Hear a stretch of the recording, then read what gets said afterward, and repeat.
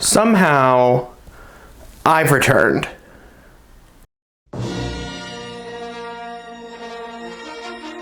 No need for that. No pomp, no bombast, and certainly no production. We can't afford that kind of thing around here. Intro segment? Got one. The Mandalorian is a television show produced for Disney Plus set in the Star Wars universe. Primarily, it is written by Jon Favreau, and it has a multitude of directors, including Rick Famuyiwa, Bryce Dallas Howard, and Carl Weathers. The series stars Pedro Pascal as the titular Mandalorian, a stoic bounty hunter who has made the charge of a young Yoda-like creature, a baby Yoda, if you will. The third season of the series just recently concluded, and it centers around the scattered sects of the Mandalorian race, bringing them together and fighting against the remnants of the Empire led by Giancarlo Stanton's Moff Gideon.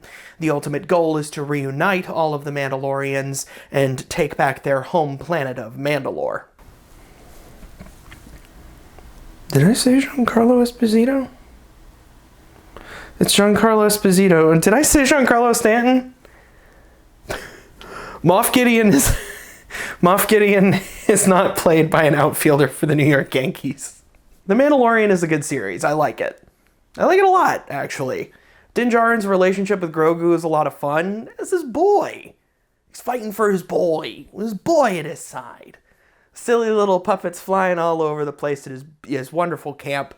I love it. While I was watching Season 3, I took particular note of how the Mandalorians themselves are characterized, specifically the group that Din Djarin interacts with the most, that being the one led by the Armorer. This group is essentially in hiding.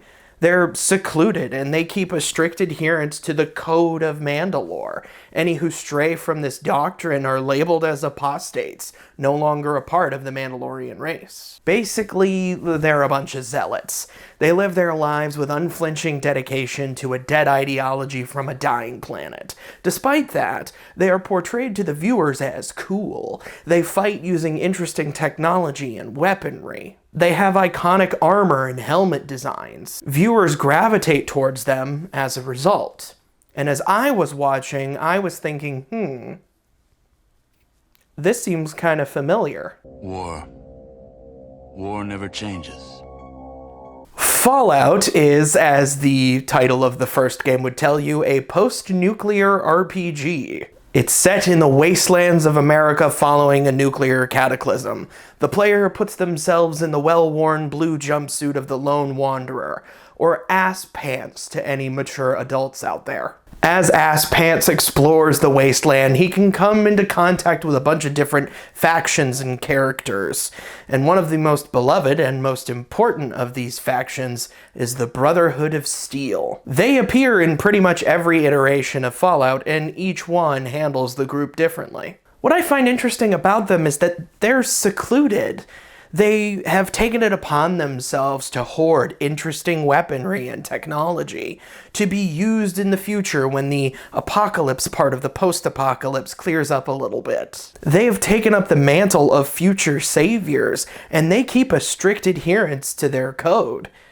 Basically, they're a bunch of zealots. They live their lives with unflinching dedication to a dying ideology, struggling to survive in a dead world. They fight using that aforementioned interesting weaponry and technology. They have iconic armor and helmet designs. They're portrayed to the viewers, or players, as cool. And they gravitate towards them as a result. And that's amazing, right? But who cares? Why even bring it up?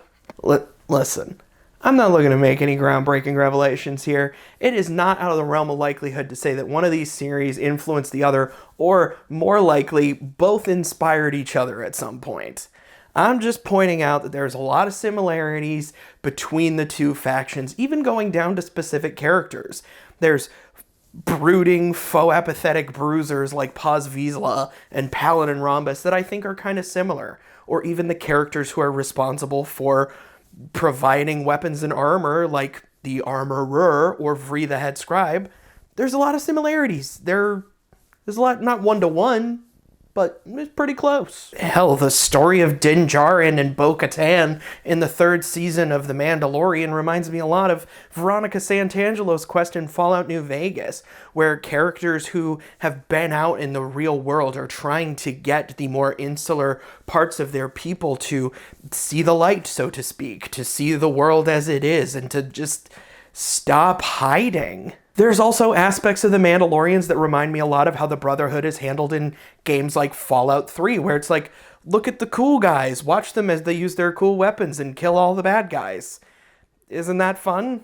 If that's all that they do? Star Wars never changes. But what's the point? Well, what's the point? Why even... I went through all the trouble of setting up a shitty light and a tripod. Why bother? I just wanted to talk about The Mandalorian Season 3. It was a good show that I liked, and I thought this was maybe a more interesting note worthy of discussion. I mean, would you have preferred all the stuff I wrote down about how there's children amongst the Mandalorians now? Which tells me that the Mandos are giving birth? That's an interesting thing, right? Mandalorians are having babies. I mean, they have to be. What else could it be? Like, they don't go anywhere. And how are you going to find an entire generation's worth of orphan children in the one cave that you all share? And I know, yeah, they refer to the children as foundlings, but that's just stupid Star Wars nomenclature. It doesn't mean anything. Okay, like if I was a child in the Star Wars universe and someone referred to me as a youngling, I would bite them in the neck. The point is that some of these Mandos are fucking each other and having babies. Gross. Isn't one of the tenets of the Mandalorian code that you can't remove your helmet under any circumstance? Like, isn't that like the whole thing? That's like the major rule that Din Djarin breaks in Season 2? Like, isn't that like a huge thing? So, does that mean they have sex with the helmets on? Like, I feel like that might disrupt your game if, you're trying to keep it up during sex and all you hear are metal helmets clinking together. That would set me off. What about childbirth? Can you take your stupid Mandalorian helmet off then when you're going through the excruciating pain of labor? No. Don't worry about it. It's going to be fine. We've brought our finest cave doctor to administer the epidural. It's going to be great for bedside manner. Just look deep into my visor, honey. We're going to get through this together. Now push. The code of the Mandalorian must have been easy as shit to follow when they actually lived on Mandalore, because all you had to do to forgive any transgression was to just go bathe in the living waters, which is just a spring they keep in the basement. What's that? You were caught jacking it with your Mando helmet off? We'll just go for a rinse at the public pool and all will be forgiven. This is the way. Am I calling a fictional religion stupid? You bet your butt I am. Is this what you wanted? Lowbrow humor? Or did you perhaps want something a little more thoughtful with references to other franchises? I just wanted to point out a fun thing that I noticed. There's no real ulterior motives here. That's it. You know what? There's probably people that are entrenched in both of these franchises that could tell me I am entirely wrong about all of this, and that there's no connection between them. The similarities aren't even real. I'm making half of it up anyway, and that's fine. I don't care. Do your worst. I know how it works. No, it's illegal to be incorrect about Star Wars on the internet, or to have fun while watching it.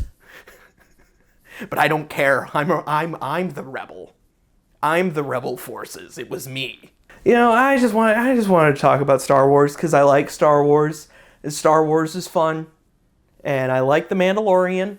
I liked the 3rd season. And I really like the lore of Fallout. Playing Fallout, that's a little bit tougher for me. I've tried, but I think when it comes to the early Fallout games, I think I'll just enjoy them vicariously through other people. You know what? You really like it, and I'm just so happy for you that I automatically agree. It was a fine day for learning. Thank you so much for watching this video. I hope you enjoyed it. If you did, that's awesome. Prove it.